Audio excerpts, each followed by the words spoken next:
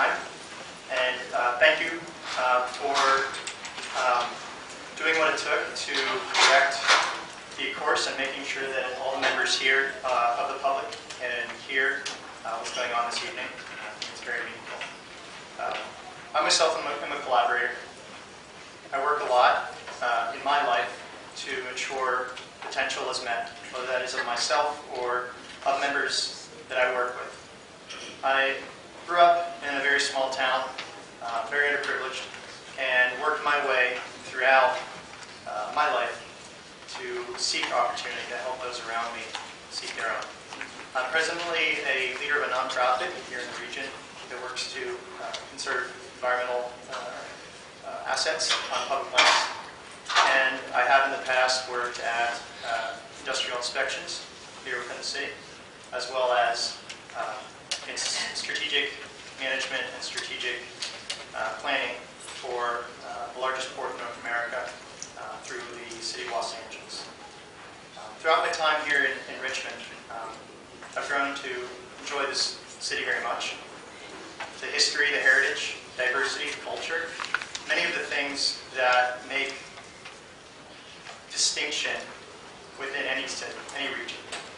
That is in Richmond. Many of the areas in the Bay Area, as you all know, have been kind of devoid of their uniqueness, gentrification, etc. Have taken away that which is authentic and unique about the region. The city of Richmond still has that, and that is what's beautiful. I see my role as working, again, as a collaborator, as a connector, as an individual, caring, and consider the community. With that said, I'd like to do my part to work towards ensuring that the community and the neighborhoods, the neighbors within the neighborhoods are all heard in all decisions that need to be put through council. Thank you for your time. Thank you,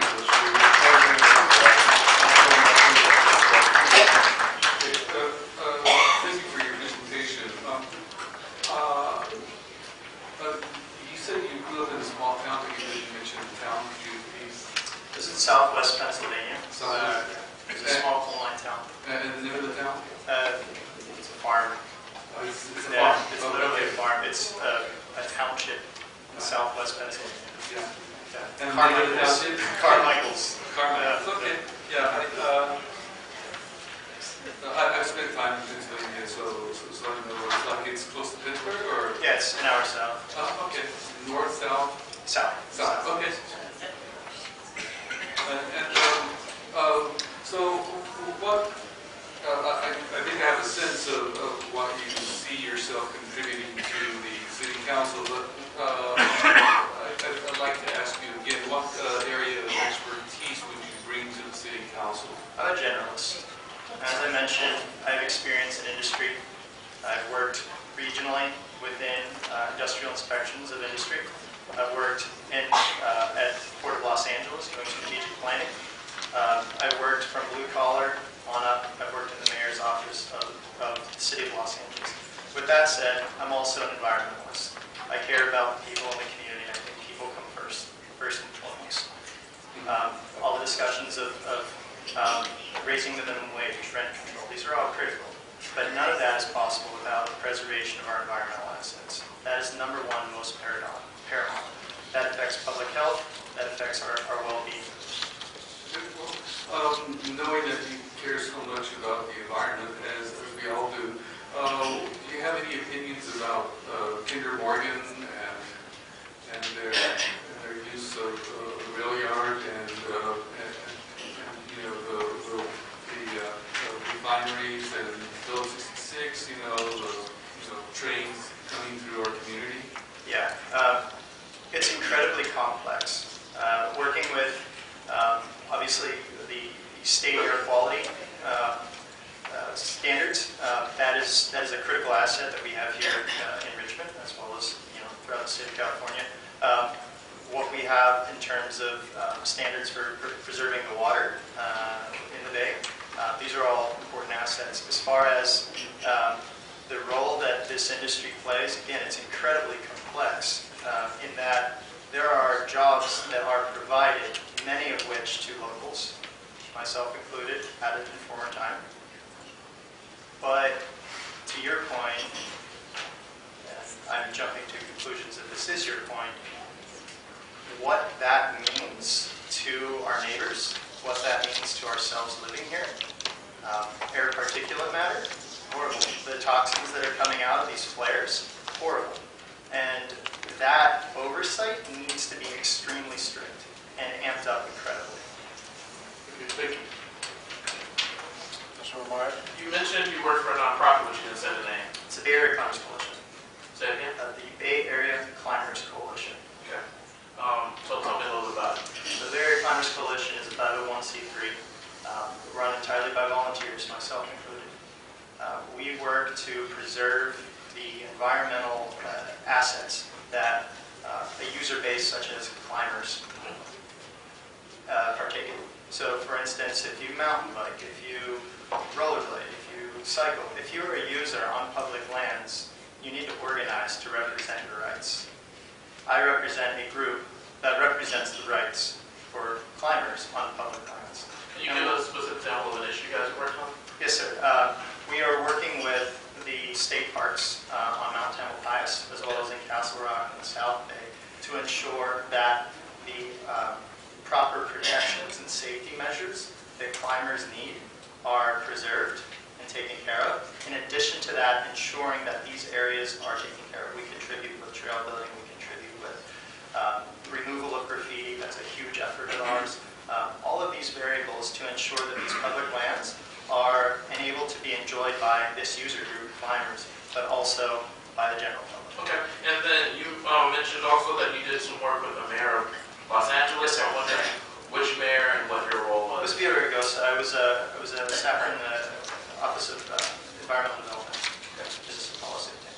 So you worked on environmental policy. Sorry, did I say it was economic development policy? Oh, sorry. Okay. Sorry. Gotcha. Mr. Joy?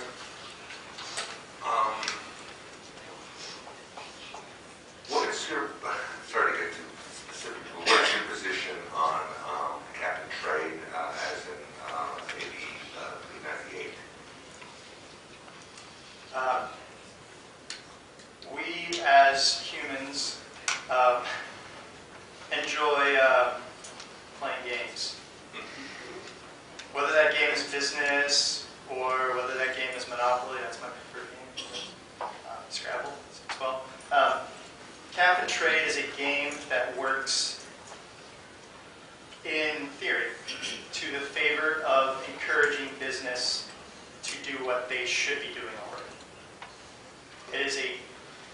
It has areas that need to be improved for sure, but the concept and the starting blocks are there for further evolution.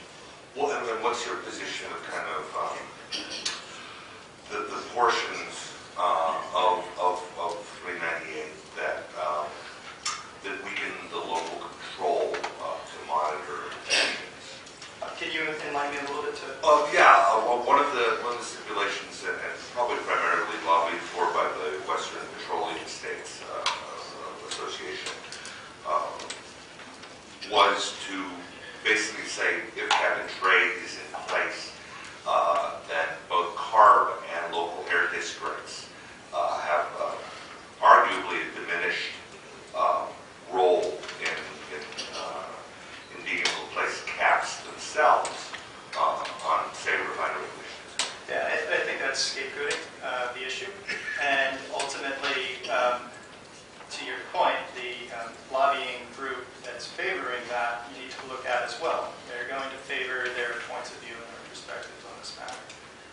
With that said, the preservation of CARB to do that work, I think needs to be preserved and enhanced. Thank you. I think. Councilor Willis? No question. Vice Mayor? Have you ever held any positions in the city of Richmond? No, ma'am. Thank you. And the question I have you, looks like you've been involved with a number of nonprofits. Have you ever worked on projects that are specific to Richmond? And if so, could you tell us about projects or programs or policies? So, the work that I've done in the past, and I don't care if it is appropriate to disclose my former employer, and as a former employer, I have worked here in the city for big industry. That was a past role, and as I mentioned, I was an inspector, and I'm aware of the phenomenon there. As far as the nonprofit leadership in my roles, I have worked, as I mentioned in my present role, with Barrier Farmers Coalition. We don't at this time have any specific on the ground work here, and this is my effort to become involved in the local community. I long have been a community-minded individual, and my goal is to contribute more. Okay, thank you.